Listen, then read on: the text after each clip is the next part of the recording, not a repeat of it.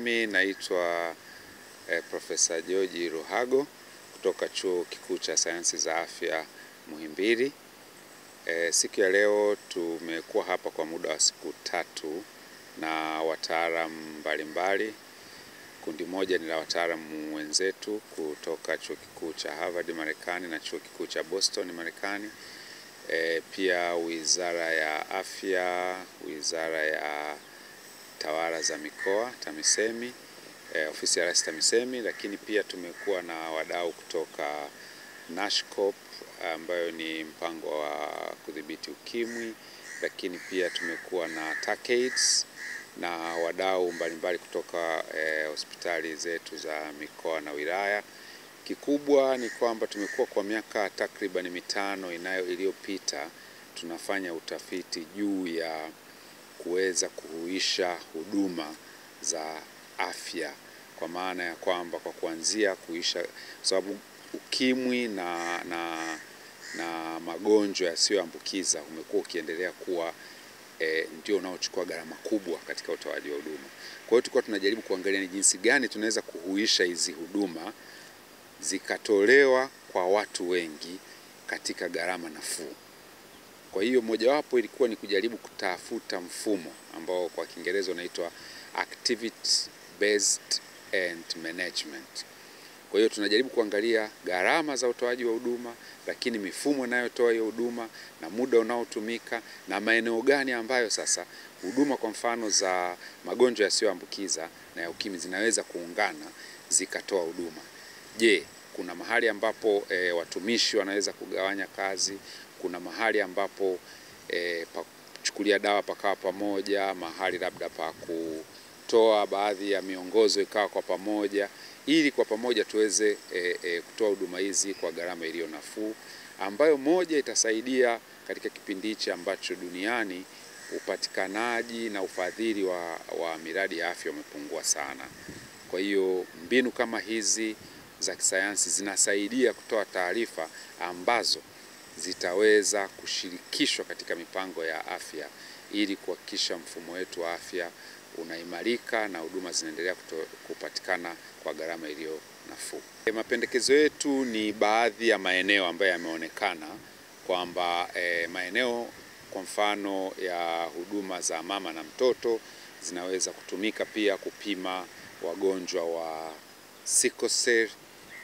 Pale kwenye huduma za ukimwi unaweza ukapatumia pia kuhudumia wagonjwa. Kwa hiyo tukawa na kliniki moja ya pamoja, kliniki shirikishi ambayo ni kliniki ya magonjwa ya muda mrefu au magonjwa ya kudumu yanavyoitwa.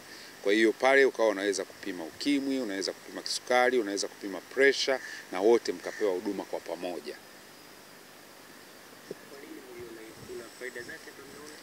Faida zake ni kwamba kwa mfano watumishi wale wale baada ya kuwa na watumishi ambao wanaona wagonjwa wao na watumishi wanaona wagonjwa wao wakaona kwa pamoja.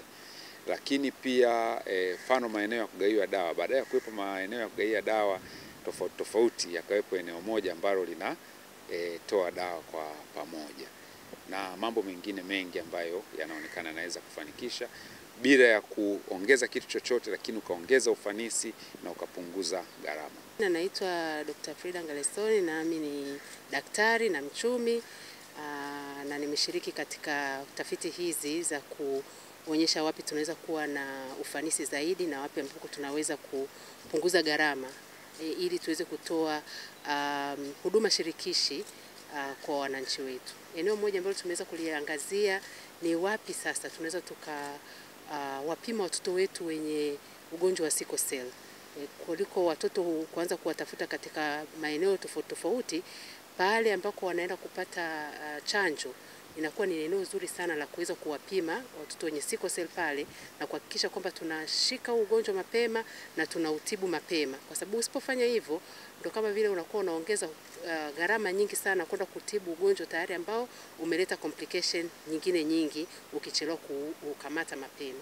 Kwa hiyo katika hizi huduma shirikishi unaona kwamba mtoto anapokuja pale kwenye chanjo badala ya kumwambia njoo tena kwenye kliniki nyingine, unamshika pale pale, unampima kipimo cha rahisi kabisa cha sickle cell, na unaweza kugundua ni mtoto gani anahitaji hizi huduma mapema, na kwa sababu utatibu mapema gharama zinakuwa ziko chini na anakuwa hapati zile complication ambazo zitakuja kuwekea gharama nchi kubwa zaidi ya zile ambazo angeza kuzifanya akiwa kwenye huduma ya ngazi za chini.